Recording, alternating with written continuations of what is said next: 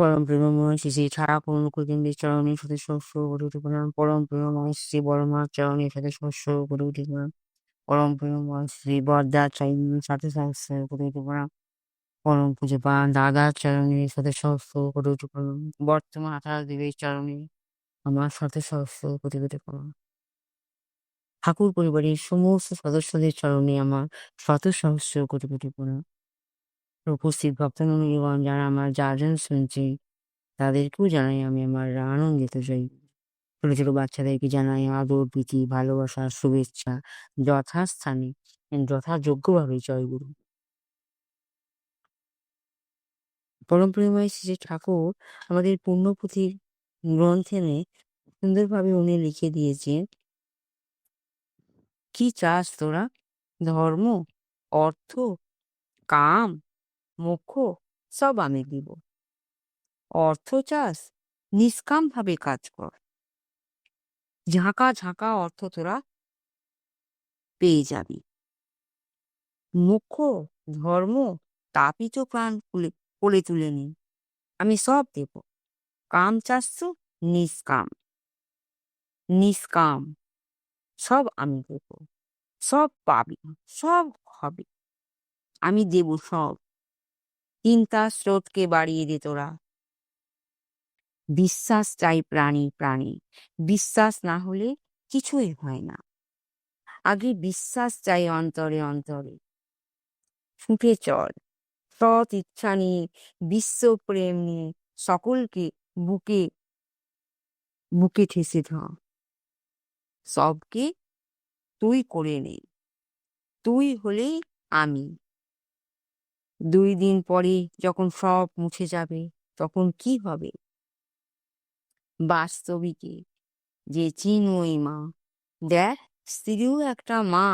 দেখ যদি নরকে যাবি তো 10 জনের জন্য নরকে যান। দেখ কিসের পাপ তাপ আমার মাথায় চাপ নিতে না। দেখ এ শক্তি যেদিন জেগে ওঠে তাকেই বলে জাগরণ। অতুল একবার উন্মত্তের মতো গেয়ে গিয়ে বেড়াতে দেখি। নির্দিষ্টে কানের কাছে গিয়ে বল, উত্তিষ্ঠিত জাগ্রত, বিশ্বকে স্তম্ভিত করে ফেল। তুই প্রাত সূর্যের মতো সকলকে জাগা। চোখ মুছে কানে মুখ দিয়ে সকলকে বল দেখি, তুই পারবি। বরুণ প্রেমময় শ্রী শ্রী ঠাকুর আমাদেরকে কি বলতে চেয়েছেন তার এই লেখার মাধ্যম দিয়ে? আমরা এই গ্রন্থ যদি সুন্দরভাবে পড়ে নিজেকে আনন্দতে দেওয়ার জন্য, নিজেকে খুশিতে ভরে তোলবার জন্য যদি আমরা ঠাকুরের গ্রন্থগুলো পড়ি বা বুঝি বা বোঝবার চেষ্টা করি, তাহলে আমরা সব বুঝতে পারবো। পরম প্রেমময় শ্রী ঠাকুর উনি বলেছেন নিষ্কাম ভাবে কাজ করতে। নিষ্কাম ভাবে, নিষ্কাম ভাবে যদি আমরা কাজ করতে পারি তাহলে ঠাকুর আমাদের সব দিয়ে ভরিয়ে দেবে। ঠাকুরকে আমাদের ডাকতে হবে। নিষ্কাম প্রার্থনা যখন আমরা করব, ঠাকুর আমাদের এই প্রার্থনা খুব সুন্দরভাবে স্বীকার করে নেবে। কিন্তু আমরা তা পারি না। বাস্তব জীবনে মানুষ এত তাড়াতাড়ি সুপার ফাস্ট ভাবে তারা কাজ করতেছে। ঠাকুর বলে, ঠাকুর আমাকে এই দাও, ঠাকুর আমাকে এই দাও, ঠাকুর আমাকে এই দাও, দাও দাও দাও যেন সে বেড়েই যাচ্ছে। কিন্তু তারা নিজে বুঝতে পারে না পরম পিতার কাছে এইভাবে চাইতে নেই। তার কারণ পরম পিতা আমাদের জীবনে সব তো ভরিয়েই দিয়েছে। সব ভরিয়ে দেওয়া সত্ত্বেও আমরা যদি চাই ঠিক হয় না। আর যদি আমরা চাই, কি চাইবো? নিষ্কাম প্রার্থনা। নিষ্কাম প্রার্থনার মতলব আছে, কেউ আমার কাছে এলো আমার সাহায্য নিতে, আমরা তাকে ফিরিয়ে দিই। হ্যাঁ না? ফিরিয়ে দিলাম, নিষ্কাম প্রার্থনায় সাহায্য করতে পারলাম না। কিন্তু ঠাকুর বলছে যে না, তাকে সাহায্য করো, নিষ্কাম ভাবে চেষ্টা করো। কি বলতে চাইছে বোঝো, ও তোমার কাছে সাহায্য নিতে এসেছে। তোমার কাছে যদি কিছু নাও থেকে থাকে, তুমি যদি গরিব হও, তাকে তার সঙ্গে ব্যবহার খারাপ করো না। যদি কিছু নাও থাকে, মিষ্টি ভাষায় তাকে সাহস দাও।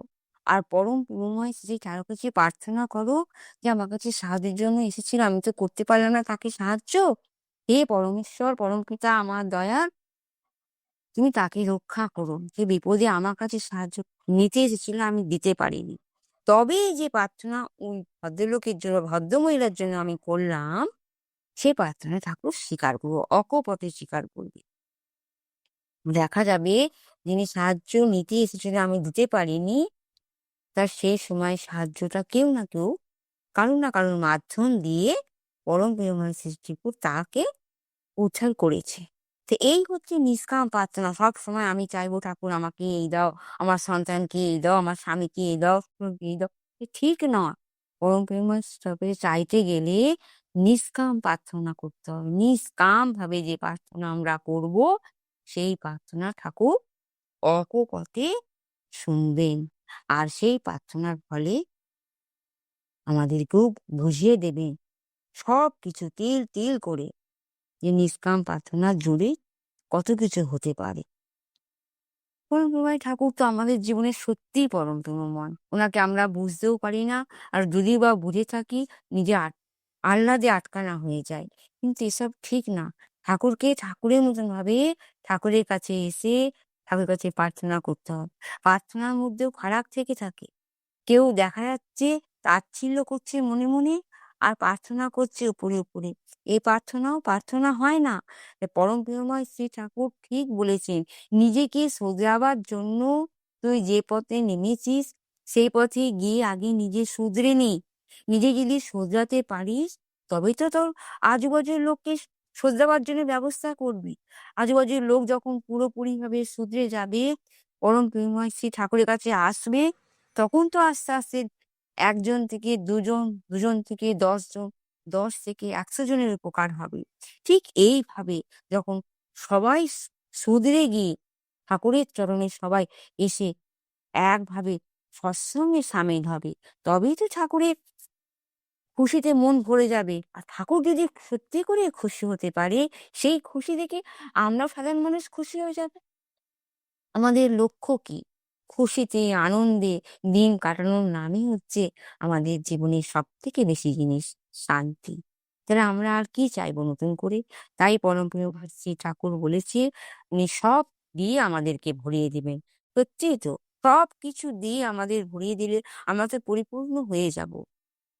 এই পরম প্রেমময় শ্রী ঠাকুরকে সবাই ডাকুন, সবাই ঠাকুরকে বিশ্বাস করুন, সবাই ঠাকুরকে বিশ্বাস করে ঠাকুরের সঙ্গে এসে, ঠাকুরের কাছে এসে ঠাকুরের নাম ধ্যানে মগ্ন হয়ে যান।